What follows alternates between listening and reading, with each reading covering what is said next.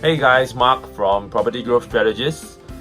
Today we're just going to talk a little about the Robert Kiyosaki's Cashflow Quadrant, which helped me to create a passive income stream with little or minimum effort. So 5 years ago, I started a small education business where I had to work 10 to 12 hour days, even on the weekends. After a year, I was burnt out. So I thought, now, how long can I keep up this routine? Each of us only has 24 hours a day, 7 days a week, right? So this was when I chanced upon Robert's book called The Cashflow Quadrant. This book taught me how to manage my money better and also start generating passive monthly cash flow. Now, all of us know that buying assets are a good thing, right? So when you buy an asset, you want it to generate you passive cash flow month after month, year after year. So even if you are in the E or S quadrant, it doesn't mean that you can't generate passive cash flow like in the business or investor quadrants, right? The B and I quadrants.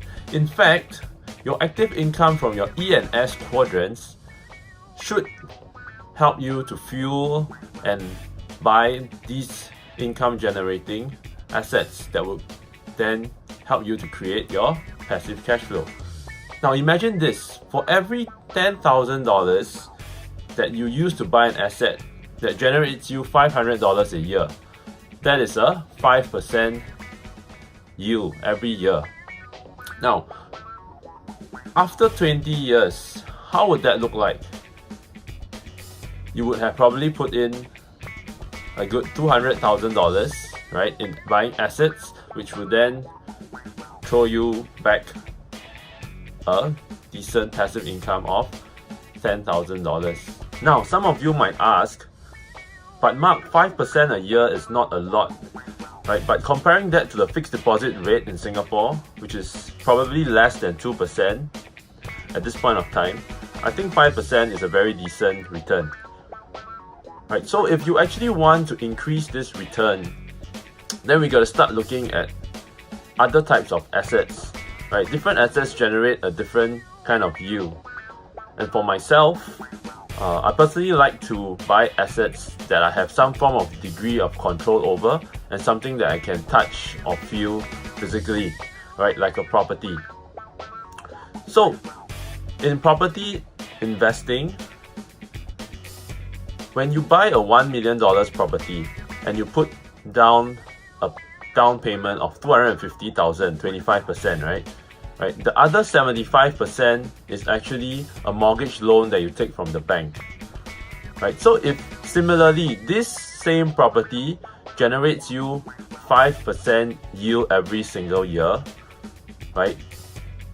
If you look at it as a return on equity, it is actually a return of 20% a year.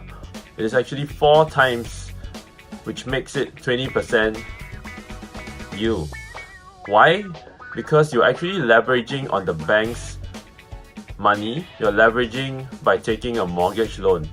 In actual fact, you put down only $250,000, but you have generated 20% return based on this $250,000. So now the question is, but Mark, this is very risky, you know? If I put it in government bonds, right, it's a lot safer, right, and I can get a stable yield. Okay, yes, you can do that, but normally when I do financial planning for my clients, what I like to do is to buffer a cash reserve, right? So in the event that they actually lose their job or lose their active income, this cash reserves can actually support their family and also the monthly installments for the next 6 to even 12 months, right? Depending on their individual situations. So I believe this is a calculated risk that you can actually plan for. So it really depends on each individual's preferences. Alright, so if you are starting out or even looking for a property to invest in and don't know what to look out for, right? Or you need some tips, you can actually check out my video that I shared sometime earlier in the link below, right? So where I shared about the 5 critical factors, right, that help me to determine what is the right price to actually pay for a property, right? So check it out and leave me any comments below if you have any questions. This is Mark Chan from Property Growth Strategist, and I'll see you soon.